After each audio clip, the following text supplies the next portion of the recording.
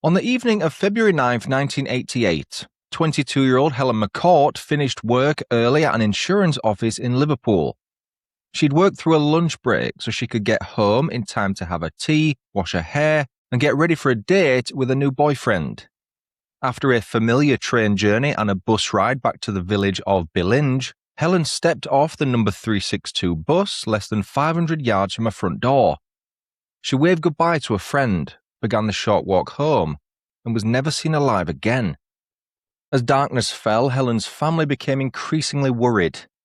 Within days, detectives uncovered blood, personal belongings, and forensic evidence that pointed towards one local pub and the man who ran it.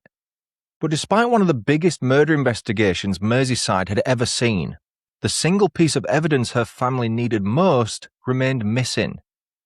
In this episode of British Murders with Stuart Blues, we're looking at the murder of Helen McCourt.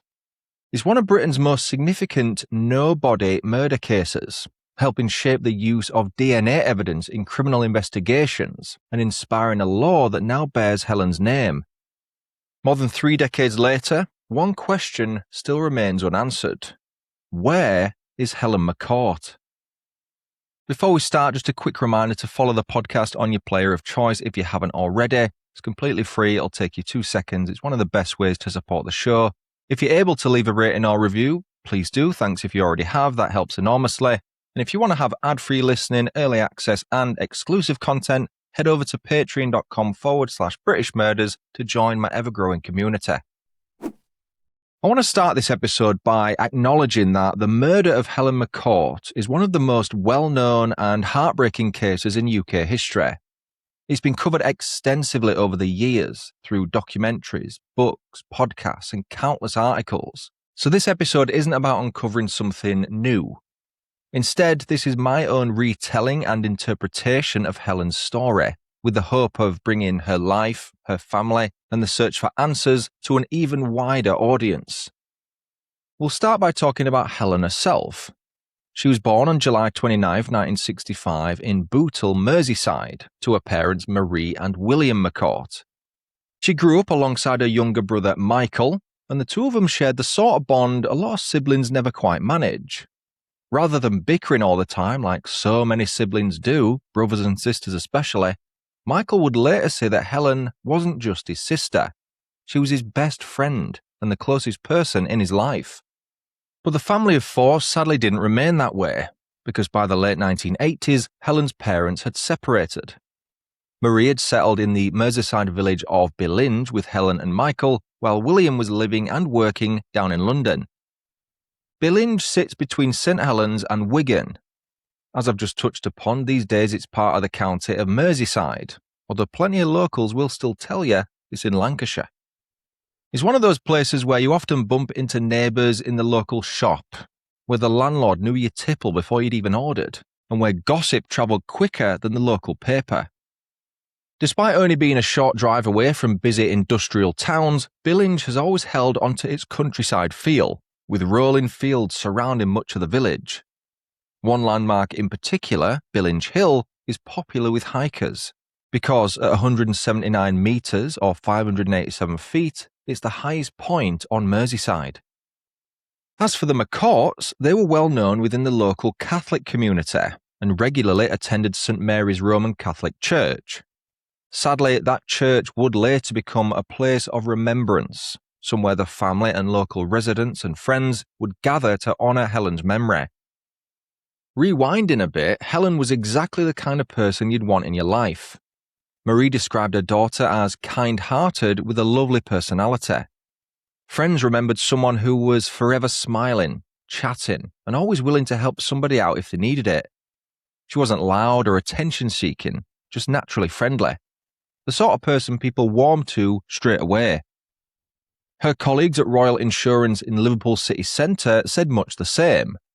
Helen worked as an insurance clerk and had a stellar reputation for being dependable. She worked hard, turned up on time, got on with everyone, and took pride in doing her job properly. Nobody recalled noticing anything unusual about her in the days leading up to her disappearance either. She wasn't anxious or distracted, and she certainly wasn't behaving like somebody planning to disappear. She was also incredibly considerate towards her family. If she was ever going to be home late, she'd ring her mum. Even if she was only running 10 minutes behind, Marie would usually get a phone call. It was just the way Helen was. Every weekday followed much the same pattern. She'd travel from Billinge into Liverpool via public transport. She used a combination of bus and train before making the same journey home again later that evening. It was a commute she'd done countless times without any problems. By February 1988, there were plenty of positives in Helen's life. She'd recently come out of a long-term relationship and had started seeing somebody new, a man named Frank. It was still early days for the couple, but friends said she seemed genuinely excited about where the relationship might lead. They were actually due to meet on the very evening we're about to discuss after she finished work. The date in question was Tuesday, February 9th, 1988, and it had been a particularly busy one at the office. Helen had worked straight through her lunch break to get everything finished, so management let her leave about an hour earlier than usual as a thank you for all the extra effort she'd put in. Just before 4 o'clock that afternoon, Helen picked up the phone and called her mum, informing her that she was leaving work and heading home. She then cheekily asked if her tea could be ready when she got in because she wanted as much time as possible to get ready for the evening ahead. Neither of them could have fathomed it would be the last conversation the two of them would ever have. To get home, Helen needed to make her usual journey back into Billinge before walking the final stretch from the bus stop to her home. That walk took her along Main Street, passing one of the village's best-known pubs, the George and Dragon, which wasn't exactly somewhere that felt unfamiliar to Helen. Quite the opposite, in fact. You see, a couple of years earlier, Helen had worked at the pub part-time for about 2 months, and even after leaving her role, she'd still occasionally pop in for a drink with her friends. She knew plenty of the regulars as well as the landlord, and that familiarity she had is an important detail, because it meant there would have been nothing unusual about Helen having a stop and chat if she happened to bump into someone outside the pub. So when Helen walked past the George and Dragon on that February afternoon, she wasn't walking past a strange building owned by people she didn't know. She knew the place intimately, because she'd been in countless times before. Police would later establish there was absolutely nothing to suggest Helen had plans to vanish either. She hadn't fallen out with her family, nor was she unhappy at work. She was looking forward to seeing the guy she'd started dating, and by all accounts was only a few minutes from home when she suddenly disappeared. The George and Dragon stood less than 500 yards from the McCourt family home, so you could realistically walk between the two places in a matter of minutes. Helen's route from the bus stop pretty much took her directly past the front door. The building itself was fairly typical for a village local. The bar occupied the ground floor while the landlord and his family lived in accommodation upstairs, very common here. Running the pub as its landlord was a 31-year-old by the name of Ian Sims. He lived there with his wife, their 2 young children, and a couple of Rottweilers. That latter detail might not seem particularly important right now, the bit about the dogs, but it's something to keep in the back of your mind as the episode progresses, because it would become very significant as this case unfolded. Now, although Sims presented himself as a respectable family man, there was another side to his private life. He'd been having an affair with a much younger woman who was still in her late teens or early 20s, and it wasn't exactly a well-kept secret by any stretch. Word had spread around the village, and Helen was believed to have heard about it through mutual friends and local gossip, which is often rife in little villages like Billinge. Friends of his would also later say that Sims had a habit of flirting with younger women who came into the pub, and Helen was one of them, though she made it clear she wasn't interested. To be blunt, those who knew Helen said she found Sims's behaviour sleazy. Rather than laughing it off or leading him on, she'd reject his advances and wasn't shy about challenging him if she thought he'd crossed a line or treated somebody unfairly. That confidence and willingness to speak out ended up landing Helen in hot water with Sims, and the pair had a huge row just 2 days before she vanished. On the evening of Sunday, February 7th, Helen had gone to the George and Dragon with a group of friends. At some point during the night, one of Helen's friends started arguing with Sims. The disagreement escalated until he ordered the young woman to leave and banned her from the pub altogether. Helen wasn't prepared to stand by and watch, so immediately stepped in to defend her friend, taking her side of the argument. The exchange quickly turned nasty, with witnesses later recalling how Sims became openly abusive towards Helen. Some even claimed he said he hated her. Eventually, Helen and her friends left the pub without any further trouble. At the time, it probably seemed like nothing out of the ordinary for a British pub after everyone had had a few drinks. But it was just 48 hours later that Helen disappeared while walking home past that very same pub. Suddenly, that argument no longer looked like an isolated falling out, and became one of the first reasons detectives turned their attention towards Sims and the pub as a whole. The weather on the day Helen went missing was bleak. It was one of those miserable winter days that most of us in the UK knows all too well. Cold, chucking it down with rain, howling winds, pretty standard stuff. But the weather had caused some disruption across parts of the public transport network, which would briefly give the McCourt family a glimmer of hope later that evening. Knowing Helen relied on such services, they hoped she'd perhaps just been delayed, hence she hadn't yet returned home. Investigators would later piece together her journey in remarkable detail. She left her work premises at 4 p.m. and made her way towards Liverpool Lime Street Station. She caught the train leaving at around 4:20 p.m, arriving at St Helens Shaw Street roughly half an hour later. From there, she crossed over towards the Theatre Royal and boarded the number 362 bus bound for Billinge. It was on that bus she bumped into an old friend, who she caught up with for the remainder of her journey. Helen appeared relaxed, cheerful, and exactly as she'd always been. That conversation would later prove incredibly important, because it independently confirmed Helen was following her normal routine and hadn't changed her plans at the last minute. At around 5:40 p.m, the bus pulled up on Main Street in Billinge, with Helen disembarking opposite the spa shop. She was wearing navy trousers, a blouse, a taupe-coloured coat, a maroon scarf and green mittens to keep out the February cold as best she could. She also wore a pair of opal and pearl earrings, that's worth remembering, which were a gift from her mum for her 21st birthday. As Helen stepped off the bus, she waved goodbye to her friend as it pulled away. As her mate carried on to the next stop, Helen turned and began walking home along Main Street. And as we've established, the last confirmed sighting of her alive was as she was about to walk past the Georgian Dragon. Later, another witness came forward with something that hadn't seemed important at the time. A man who'd been getting off another bus at around that time recalled hearing a woman scream from the direction of the pub. He described it as being noticeably loud enough to catch his attention, but it stopped as abruptly as it started. At the time, he thought little of it. It was only after news spread that Helen had disappeared that he realised what he might have heard. Back at the McCourt home, Marie had already started preparing tea for Helen as requested. She expected her to come through the door shortly after 5:30, as she normally would, but with no sign of her by around 6:20, concern had started to creep in. Marie tried to stay calm, but she knew this wasn't like her daughter to be so late and not even phone her to explain why. Marie ended up ringing British Rail in the hope that there'd been some disruption along Helen's route.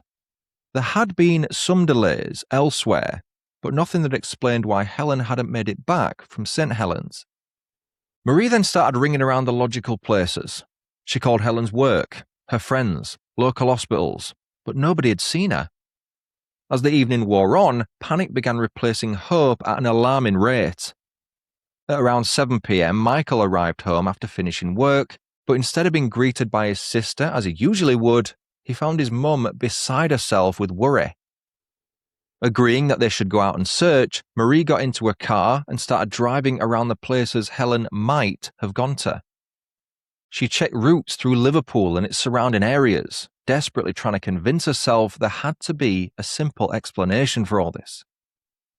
At around 8 o'clock, another alarm bell went off when there was a knock at the door. It was Frank. He'd arrived expecting to take Helen out, and his showing up answered another burning question. Helen seemingly hadn't gone straight to meet him after work, and more importantly, she hadn't cancelled the date. So where on earth was she?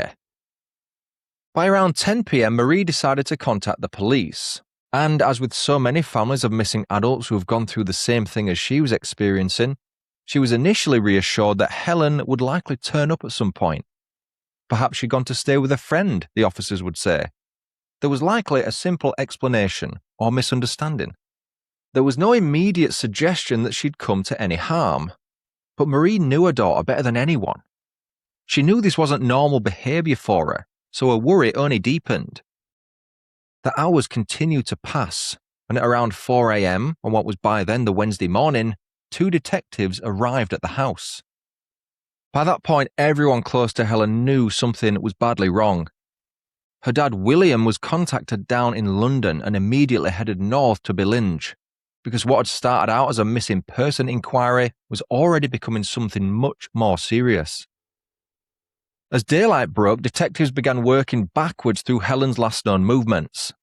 They spoke to her colleagues at Royal Insurance, but as I said, none of them noticed any signs of stress or depression within Helen. Police quickly carried out checks on Frank and other people close to her, but their movements were all accounted for, and they were each eliminated from the inquiry pretty quickly. That left detectives focusing on one very small section of Billinge, the final few hundred yards between the bus stop and Helen's front door. It didn't take long for officers to learn about the row at the George and Dragon just 2 nights earlier. Couple that with the witness who heard a woman scream from the direction of the pub, and the George and Dragon suddenly became impossible to ignore. Detectives went to speak with Sims and felt something was off right away. According to officers, Sims appeared visibly nervous throughout the interviews. He was shaking, sweating, and struggled to answer simple questions about his movements and when he'd last seen Helen. Then they noticed something else. There were seemingly fresh red scratches across his neck and throat. When asked about them, Sims claimed his wife had caused the injuries after he'd confessed to having an affair. But there was just one problem. His wife denied having scratched him, which immediately raised another possibility. If Helen had been attacked, she'd almost certainly have fought back, and those scratches could easily have been left by someone desperately clawing at their attacker in a last-ditch attempt at escaping. Sims insisted he hadn't seen Helen since the argument on the Sunday evening though, and denied she'd entered the pub on the Tuesday she disappeared. But as detectives continued digging into his movements, cracks began appearing in his account. Some of what he said didn't match what other witnesses were saying, and his explanations changed continuously. Details about where he'd been and how parts of the private accommodation had been used didn't always add up, so the detective's suspicion was growing. But suspicion alone is never sufficient, is it? Plus, there was no evidence of a crime having been committed at that point. There was no body, no confirmed murder scene, no body deposition site, and no eyewitnesses who'd actually seen Helen being attacked at any point. By the Thursday, February 11th, detectives had launched a public appeal, and the search expanded dramatically. Soon, Billinge was filled with officers, volunteers, family members, friends, and work colleagues searching all over for Helen. They combed fields and woodland, as well as waste ground, old mines, canals, and reservoirs. An RAF helicopter searched from above, while police divers examined waterways, including areas connected to the Manchester Ship Canal. Michael would later remember around 3,000 people taking part in one organised search alone. So many people turned up that coordinating them became a huge operation in itself.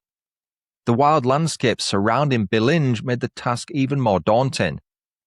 The search area was huge, offering so many possible places for the truth to be hidden in.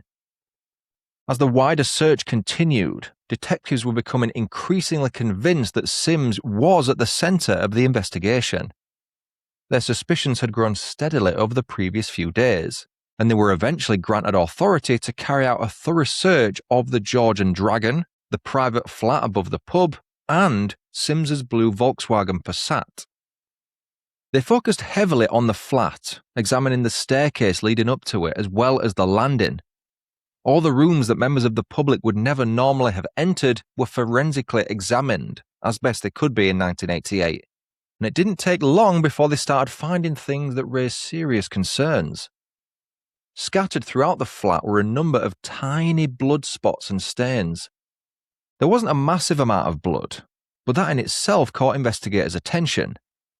Rather than indicating a large pool of blood had been left behind, it suggested somebody had cleaned the scene, leaving behind only small traces that they'd failed to remove completely.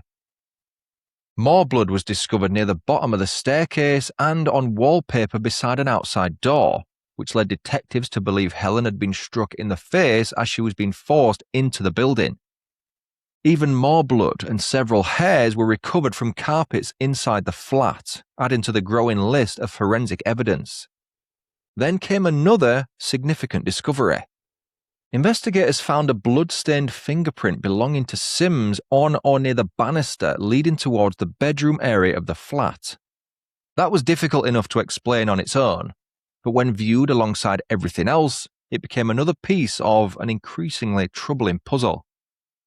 One witness recalled seeing Sims scrubbing one of the carpets the morning after Helen disappeared, but the excuse given by the landlord was that he'd simply been cleaning up after one of his dogs had made a mess, which, on the face of it, wasn't an unreasonable explanation. Forensic officers next recovered a tiny butterfly-shaped earring fastener from one of the bedroom carpets. Not the actual earring itself, just a small clasp part that holds it in place. It was later identified as belonging to one of the opal and pearl earrings Helen had been wearing when she left work that Tuesday afternoon. Remember, those were a gift from her mum on her 21st birthday. Detectives then ordered a search of the VW Passat, and inside the boot, forensic officers found blood on the rubber sill and another bloodstain on the carpet lining the boot itself. Crucially, they also recovered the matching opal and pearl earring to the clasp from inside the flat. Those two discoveries alone created a powerful link between Helen, the flat above the pub, and Sims's car. Detectives also recovered a spade covered in what appeared to be fresh mud. It didn't lead them to Helen's body, or any body in fact, and they couldn't prove it had been used to dig a grave, but it added to their growing belief that Sims had gone to considerable lengths to conceal what had happened. By this stage, the investigation had fundamentally changed. Police were no longer looking for a missing woman. They were now investigating what they believed was a murder. For Marie, the moment everything changed came when officers showed her Helen's earring. She recognized it immediately, and would later say that was when the reality of the situation truly hit her. Until then, she'd clung to the hope that her daughter might somehow walk through the door at any moment. Sims was swiftly arrested, and detectives were granted extra time to question him while forensic examinations continued. Yet despite everything that had been found, Sims maintained his innocence. He denied harming Helen and refused to say where she was. That would end up being the biggest challenge investigators faced, and it was one that would follow them all the way to court. They still hadn't found Helen's body. Without it, detectives had to build a case proving beyond a shadow of a doubt that not only had Helen been murdered, but that Sims was responsible. Every bloodstain, fibre, hair, and inconsistency in his account had to perfectly fit together like pieces of a jigsaw. To begin with, forensic scientists analysed the blood recovered from the pub and the VW Passat. Since Helen herself wasn't available to provide a DNA sample, comparisons were made using blood samples taken from her parents, Marie and William. Nowadays, that doesn't sound particularly remarkable, but in 1988, DNA profiling was still in its infancy. Genetic fingerprinting had only been introduced a few years earlier in 1984, and its use in criminal investigations was still relatively new. Cases like the one we're discussing would soon help establish just how powerful the technology could be. The results were, quite frankly, striking. Scientists concluded the recovered blood was around 126,000 times more likely to have come from a child of Marie and William McCourt than from an unrelated individual. But again, on its own, it wasn't enough to secure a conviction. Then again, it sat alongside other evidence. Long, dark brown hairs recovered from the flat were found to be consistent with Helen's hair, while fibres transferred between Helen's clothing, the carpets, Sims's clothing, and the Passat added yet more links between the various locations, as well as between Sims and Helen. Investigators believe the evidence pointed towards Helen being attacked inside the flat and suffering injuries to her face before being strangled by Sims using a ligature. The relatively small amount of blood fitted that theory. It suggested facial injuries rather than the sort of catastrophic blood loss people often imagine in a murder scene, helping explain why so little blood had been left behind, despite the violence detectives believed had taken place.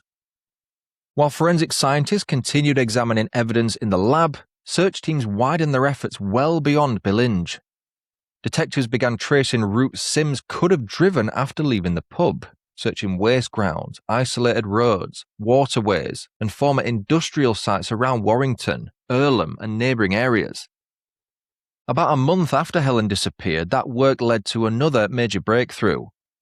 Black plastic bin bags were discovered near a former mining area outside Warrington. Inside one group of bags were blood-stained men's jeans, a sweatshirt, and a face flannel heavily stained with blood. Investigators eventually established the clothing belonged to Sims. Another group of black bin bags was found several miles away near Hollins Green, close to the River Mersey. Inside were Helen's belongings: her blouse, trousers, underwear, coat, scarf, green mittens, and handbag. Some of the clothing was blood-stained, providing investigators with further material for forensic comparison. Alongside them was a cotton jacket linked to Sims, placing items connected to both of them within the same disposal location. The bin bags themselves were also significant, because investigators believed they were the same black refuse sacks taken from a roll which was used at the George and Dragon. Perhaps the most chilling item recovered was a length of knotted electrical flex. Caught within it was several long dark brown hairs consistent with Helen's. It was that piece of cable that detectives believed had been used to strangle her. It closely resembled lengths of flex found inside Sims's flat, and it matched pieces he was known to use when playing with his two Rottweilers. Investigators even examined tooth marks left on the flex, comparing them with the dog's, and concluded the damage was consistent with it having come from Sims's household. Detectives believe that items had been discarded in different locations deliberately, so as to make it harder for the police to piece together what had happened, or follow a single trail that might lead them to Helen's body. But despite exhaustive searches around each location, Helen herself was never found. The prosecution would later argue that Sims had wrapped or carried her body in the black bin liners, transported her in the boot of the Passat, disposed of her remains somewhere that has never been discovered, and then discarded both his own bloodstained clothing and Helen's belongings at separate locations to frustrate the investigation. Crucially, he had several hours that couldn't be properly accounted for after Helen disappeared. And even now, almost 4 decades later, nobody has ever established exactly where Sims went during that time. And that unanswered question remains one of the most haunting parts of this entire case. When detectives sat Sims down for further questioning, they laid out everything they'd uncovered and asked him to explain it, but he simply couldn't. Part of his account relied on his mistress, who confirmed she'd seen him later that same evening Helen disappeared. But her evidence didn't cover the entire period detectives believed the murder had taken place. She also confirmed that she'd noticed the scratches on his neck. Therefore, they weren't caused by her either. Now, for some historical context, prosecutors in England and Wales have always been cautious about charging somebody with murder when a body hasn't been found. It's why these so-called no-body murders are so rare. Defense barristers can stand in front of a jury and argue that, however unlikely it seems, the missing person might still be alive somewhere, which makes such cases incredibly difficult to prosecute. Even so, investigators were certain that Helen was dead at Sims's hands, and the prosecution believed there was enough evidence to place before a jury. With that, Sims was formally charged with Helen's murder and remanded into custody to await trial. For the McCourt family, Sims's arrest hadn't really changed anything, because Helen still hadn't been found. There was still no grave to visit, no funeral to arrange, and no opportunity to say goodbye. Police continued searching for Helen while Sims prepared his defense, maintaining that he hadn't murdered her, and challenging the forensic evidence that had been gathered against him.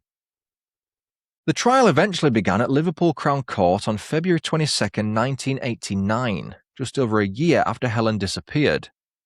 One of the more unusual moments came when members of the jury were taken to the Georgian Dragon itself. Rather than relying solely on photographs and floor plans, they were able to walk through the building, see the layout of the bar, the staircase, and the private accommodation upstairs. They saw it all with their own eyes.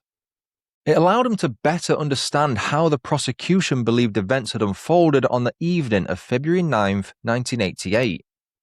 For Marie, the trial was understandably a traumatic ordeal. She was asked to identify Helen's coat and other personal belongings in court, knowing full well they were the last possessions ever recovered from her daughter. The strength of that woman, honestly. Sims, meanwhile, continued to deny murdering Helen. Instead, he claimed he was the victim of an elaborate conspiracy.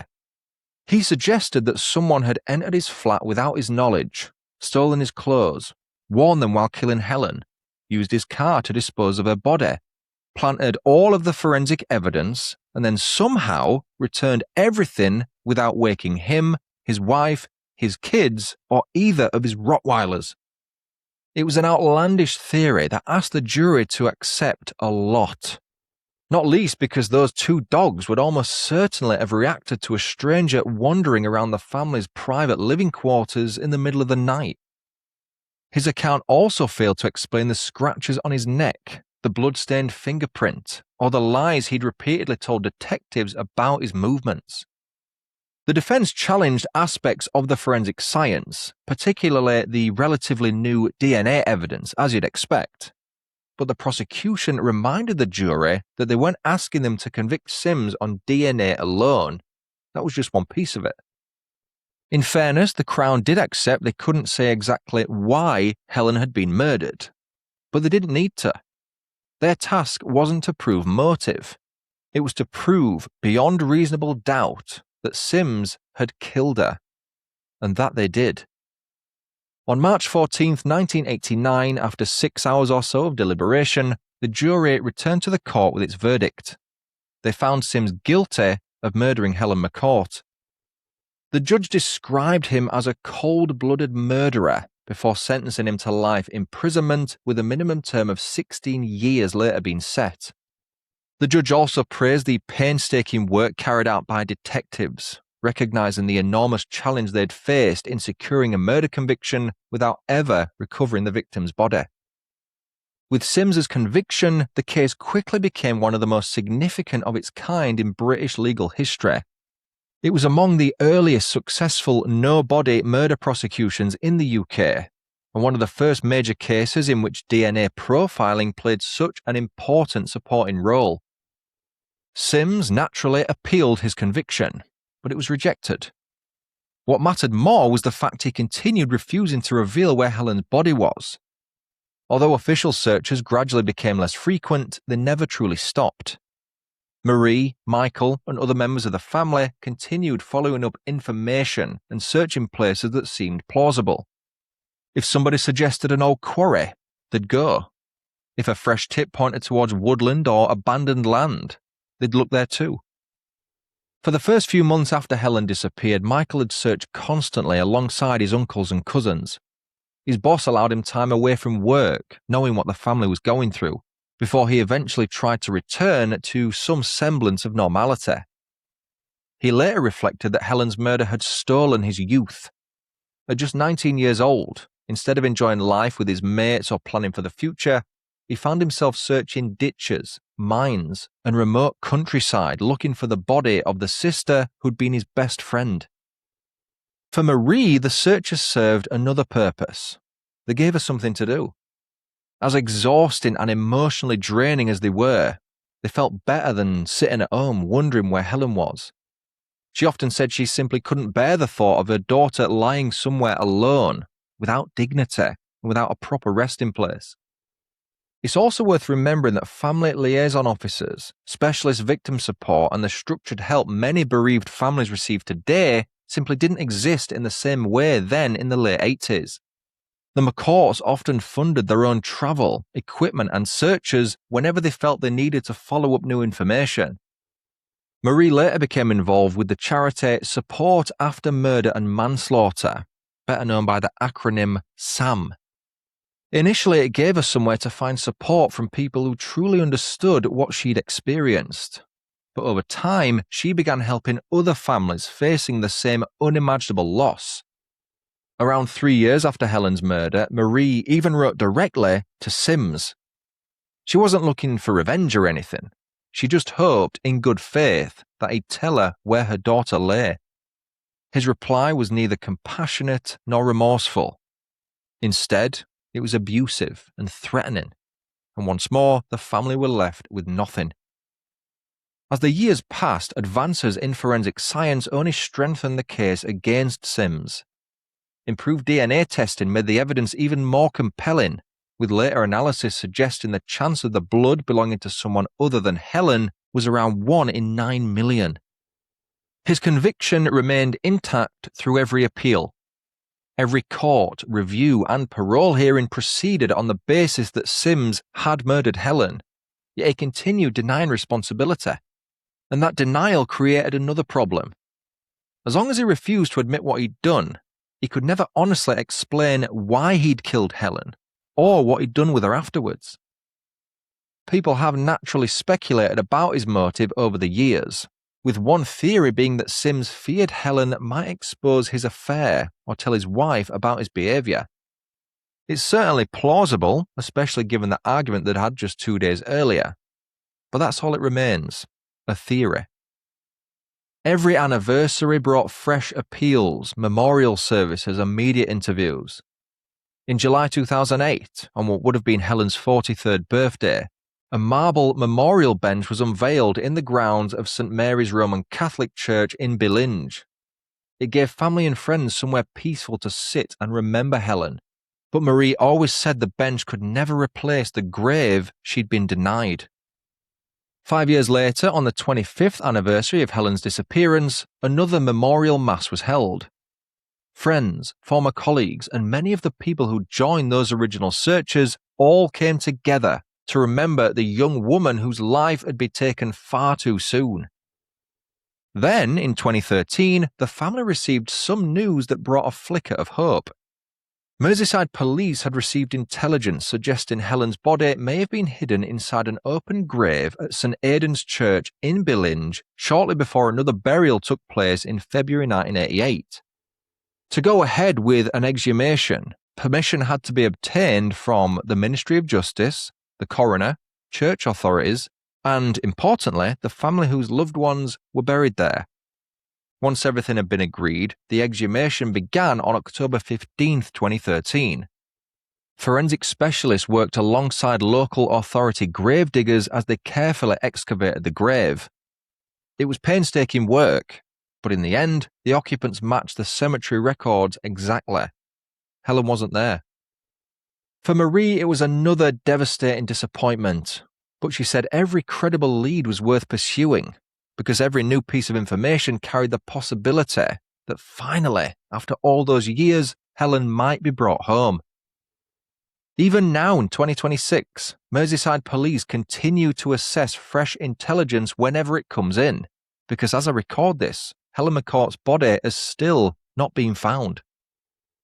By the time Sims became eligible to apply for parole, the legal battle surrounding Helen's murder had moved into a very different phase.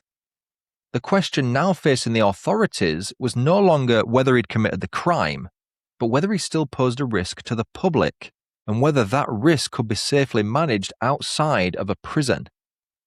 That distinction was incredibly difficult for Helen's family to accept, especially as Sims still refused to admit what he'd done and reveal where Helen was. That refusal was repeatedly considered during parole reviews. It demonstrated a complete lack of compassion towards the McCourt family, and it made understanding his crime incredibly difficult. Without an honest account from Sims, professionals could never fully understand his motive, what triggered the attack, or exactly how he had chosen Helen. Despite that, the legal question for the parole board was not whether Sims deserved further punishment for withholding information. It was whether he remained a danger to the public. Still, several parole reviews passed without him being released. But in January 2016, at his sixth review, the parole board recommended that Sims be moved to open prison conditions. Now, the purpose of an open prison is to allow carefully managed testing of a prisoner's behaviour in a less restrictive environment. It can involve supervised work, visits, and temporary releases, allowing professionals to assess whether someone can follow rules and manage life outside a closed conditions prison. The recommendation was accepted, and Sims was moved to an open prison later that year. But for Marie and the rest of Helen's family, it was incredibly painful. The man who had never shown her the basic humanity of telling her where Helen's remains were was now being given opportunities and freedoms while Helen remained missing. In March 2019, those feelings intensified when Sims was photographed outside prison during a temporary release in Birmingham. To Marie, seeing her daughter's killer walking through a city while refusing to reveal where Helen lay was almost impossible to comprehend. Later that year, Sims faced his seventh parole review in November. The panel consisted of a judicial member, a psychiatrist, and an independent member.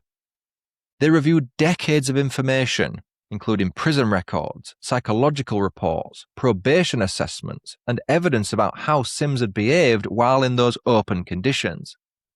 Marie, Michael, and his wife Susan also submitted victim impact statements explaining the devastating and ongoing impact of Helen's murder and Sims's continued silence. Professional witnesses, however, supported his release. They concluded that factors including his age, his behaviour in prison, the treatment he had completed, and his successful testing in open conditions suggested the risk of him committing another serious offence had reduced. So, on November 21, 2019, the parole board directed that Sims should be released on licence. Marie immediately applied to the High Court for an emergency order to prevent his release while she challenged the decision. But on February 4, 2020, the court refused to keep Sims behind bars while the wider legal challenge continued. Later that month, after serving 32 years in prison, Sims was released, although he remained a life-sentence prisoner and could be recalled at any point should he break his parole conditions. His release plan included an approved address, probation supervision, a curfew, electronic monitoring, and restrictions preventing contact with the McCourt family. In the background, Marie continued her legal challenge through a full judicial review.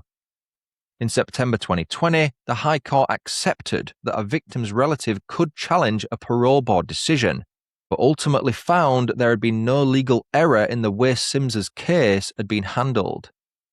The judges explained a difficult distinction. The parole board had to accept that Sims was guilty because that conviction had already been established, but it could not keep him imprisoned simply as a way of forcing him to confess or reveal where Helen was. The anger and frustration felt by Marie eventually led to something much bigger than just the fight to find Helen. It led to a campaign that would change the law. For years, Marie had argued that killers should not be able to benefit from hiding the location of a victim's remains. Back in December 2015, she launched a campaign that became known commonly as Helen's Law. Officially, it's the Prisoners' Disclosure of Information About Victims Act 2020, and the principle behind it was straightforward. If a murderer knows where their victims' remains are and deliberately refuses to reveal that information, that refusal should be properly considered before they are released from prison. Marie argued that killers who withheld that information retained power over grieving families, keeping them trapped between hope and despair. The campaign quickly gained huge public support. An online petition attracted hundreds of thousands of signatures, with later figures putting the total support at around 760,000 people. Marie continued campaigning relentlessly. She met politicians, spoke to the media, and in May 2019, The Ministry of Justice confirmed plans for legislation that would require greater consideration of deliberate non-disclosure. Helen's law eventually received royal assent on November 4, 2020. It gave the parole board a legal duty to consider whether a prisoner had failed to disclose information about the location of a murder or manslaughter victim's remains when deciding whether that person should be released. But to clarify, and this is a common misconception, the law does not create an automatic ban on release forever. Instead, it ensures that deliberately withholding information about a victim's remains becomes a specific factor that must be taken into consideration when applying for parole. For Marie, it was a huge win. Nothing could bring Helen back, but she hoped the law would prevent other families from suffering the same uncertainty and heartbreak. Then, on June 24, 2022, Sims died at the age of 65. Just over 2 years after his release from prison. He died still maintaining his innocence and without ever revealing where Helen's body was. Marie described feeling relief that Sims could no longer intimidate or hurt her family directly, but there was also the painful reality that the person most likely to know exactly where Helen was now gone. She appealed to anyone who'd been close to Sims, anyone who may have heard something, noticed something unusual, or even remembered a conversation from years earlier to come forward, because after all this time, even the smallest detail could help.